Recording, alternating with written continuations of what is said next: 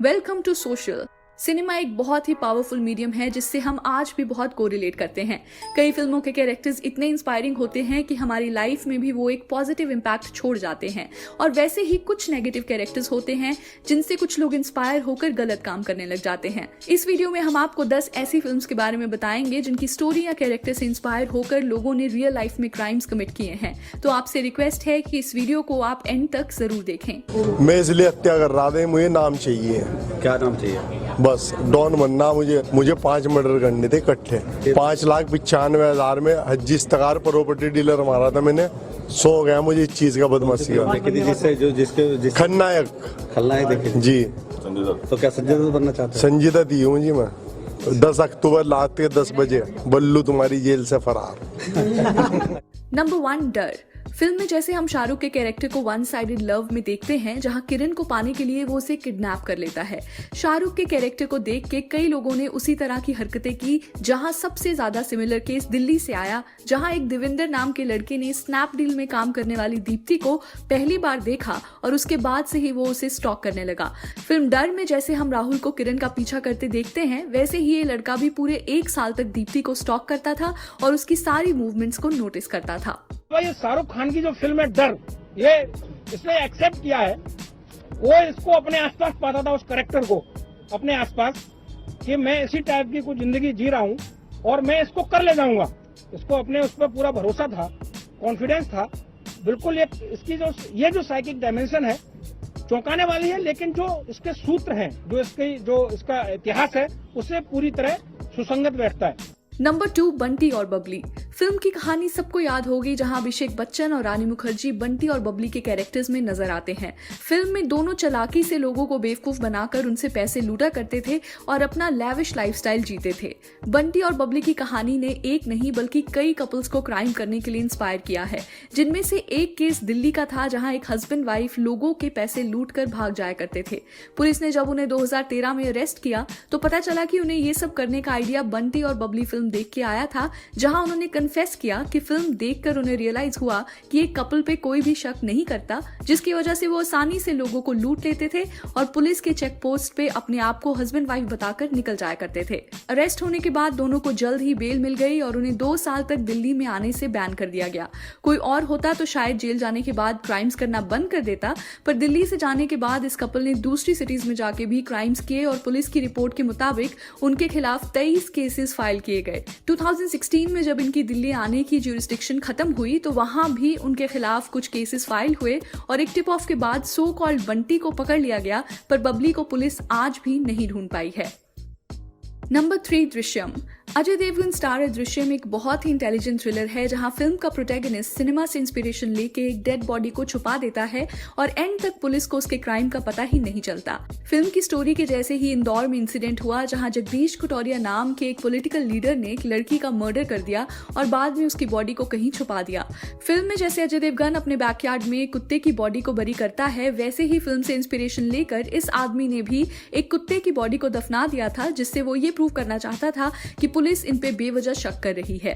इन लोगों ने एक हिंदी फिल्म भी देखी थी, जिसका नाम एक दृश्यम नाम की एक फिल्म थी, जिसको इन लोगों ने देखा था और उसी फिल्म से सीख करके इन लोगों ने जो एक कुत्ते की कहानी आई थी कि कुत्ते की एक अफवाह फैला करके, और गड्ढे में इन्होंने अफवाह फैलाई कि वहां पे जानबूझ के फैलाई कि लोग गए तो थे, ये बात तो मानते हैं, लेकिन हम कुत्ते को दफनाने गए थे और ये अफवाह फैलाई। तो पुलिस भी उस जानकारी को लेते हुए उस जगह तक पहुंची थी उस समय जब घटना हुई थी, और वहां पे खोदा गया तो वास्तव में ही कुत्ता निकला और उसके बाद घटनाक्रम का वो सिरा जो है खत्म मान लिया गया। दृश्यम में पुलिस एंड तक मिस्ट्री सॉल्व नहीं कर पाती, पर इस केस में ब्रेन मैपिंग की मदद से केस को सॉल्व किया गया और पता चला कि एक एक्स्ट्रा मैरिटल अफेयर को छुपाने के लिए मर्डर किया गया था और बॉडी को जलाकर नदी में फेंक दिया गया था। Number 4, special 26। नीरज पांडे की स्पेशल 26 फैंस के लिए भी उतनी ही आइकॉनिक है जितना शायद क्रिमिनल्स के लिए। फिल्म की कहानी ऑलरेडी एक रियल लाइफ इंसिडेंट पे बेस्ड है, जहां 1987 में फेक सीबीआई ऑफिशियल्स ने एक बिजनेसमैन के यहाँ रेड की और 35 लाख रुपए लेकर भाग गए। 2013 में स्पेशल 26 के रिलीज होने के बाद फेक सीबीआई बन के रेड करने वालों के केसेस काफी ज्यादा होने लगे, जिनमें से एक केस महाराष्ट्र का था, जहां चोरों ने सीबीआई ऑफिसर्स बनकर एक बिजनेसमैन के घर से 21 लाख रुपए चुराए थे। पकड़े जाने आने के बाद पता चला कि ये सभी लोग स्पेशल 26 देख के इंस्पायर हुए थे और चोरी से पहले भी ये यही फिल्म देख कर आए थे। फिल्म में जहां हम एंड में देखते हैं कि पुलिस के 2 हवलदार भी चोरों के साथ मिले होते हैं, वैसे भी इस चोरी में भी एक पुलिस कांस्टेबल उनसे मिला हुआ था जो इनसाइड इन्फॉर्मेशन प्रोवाइड करता था।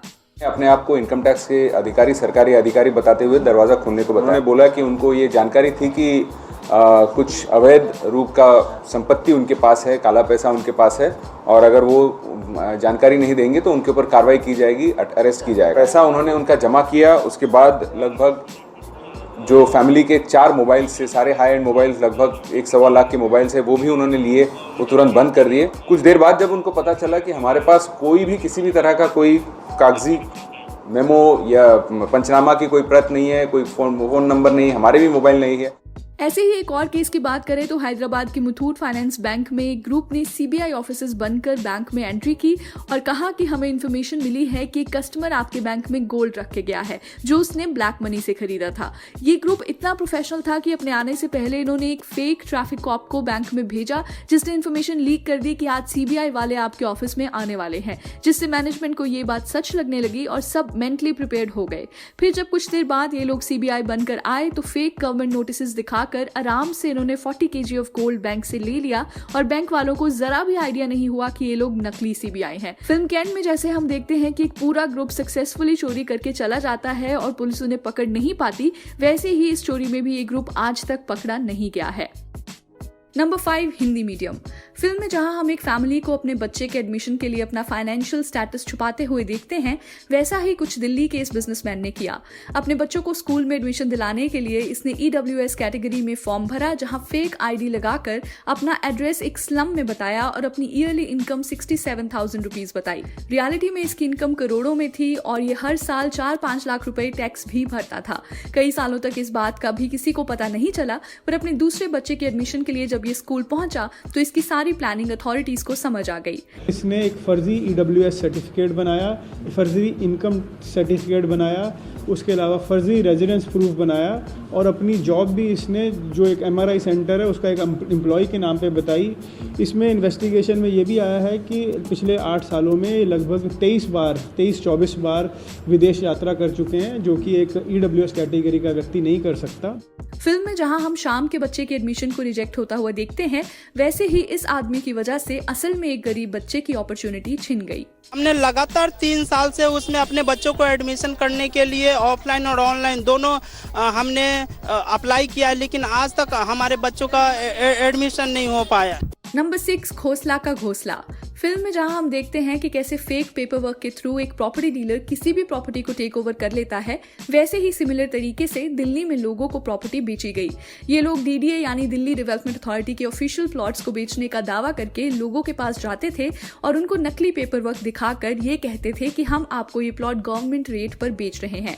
लोग उनकी बात आसानी से मान जाते थे और कमीशन के तौर पर उनसे वो एक बड़ी अमाउंट चार्ज करते थे। कुछ टाइम बाद जब पता चला कि DDA का कोई ऐसा प्लॉट है ही नहीं, तो कई लोगों ने इस फ्रॉड को रिपोर्ट किया और क्रिमिनल्स को पकड़ भी लिया गया। पुलिस ने बताया कि ये लोग बिल्कुल उसी तरह ऑपरेट करते थे जैसे घोसला में प्रॉपर्टी डीलर्स दिखाए गए हैं। नंबर 7, धूम। इंडियन एक्शन सिनेमा में धूम एक आइकॉनिक फिल्म रही है। धूम का ट्रेंड इतना रहा है कि फिल्म के सक्सेसफुल होने के बाद स्पोर्ट्स बाइक्स की सेल्स तो बढ़ी ही थी, साथ ही साथ बाइकर गैंग रिलेटेड क्राइम्स भी बढ़ गए थे।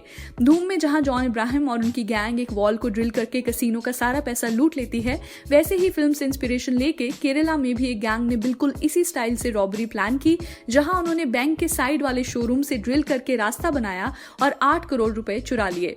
इसी तरह से धूम 2 में हम ऋतिक का कैरेक्टर देखते हैं जो एंटीक्स को चुराने के लिए नए तरह के लुक्स तैयार करता है, जिससे कि उस पर कोई भी शक नहीं करता।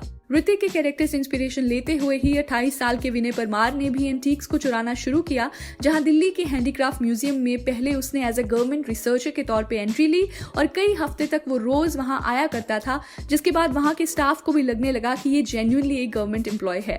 म्यूजियम में 250 साल पुराने पश्मीना शॉल थे जिससे विनय चुराना चाहता था और एक दिन सिक्योरिटी सिस्टम को ब्रीच करके उसने सारे कैमराज ऑफ कर दिए और म्यूजियम के बंद होने के वक्त कहीं जाकर छुप गया। रात को जब पूरा म्यूजियम खाली हो गया तो तो इसने वहां से चोरी की और इन शॉल्स को बेच के वो ऋतिक की तरह ही फॉरेन जाने वाला था। चोरी करने के कुछ दिन बाद ही वो पकड़ा गया और उसने कन्फेस किया कि धूम 2 में ऋतिक का कैरेक्टर उसकी इंस्पिरेशन था। ऋतिक की तरह वो भी कई फॉरेन लैंग्वेजेस जानता था और उसकी तरह ही अपनी लाइफ जीना चाहता था।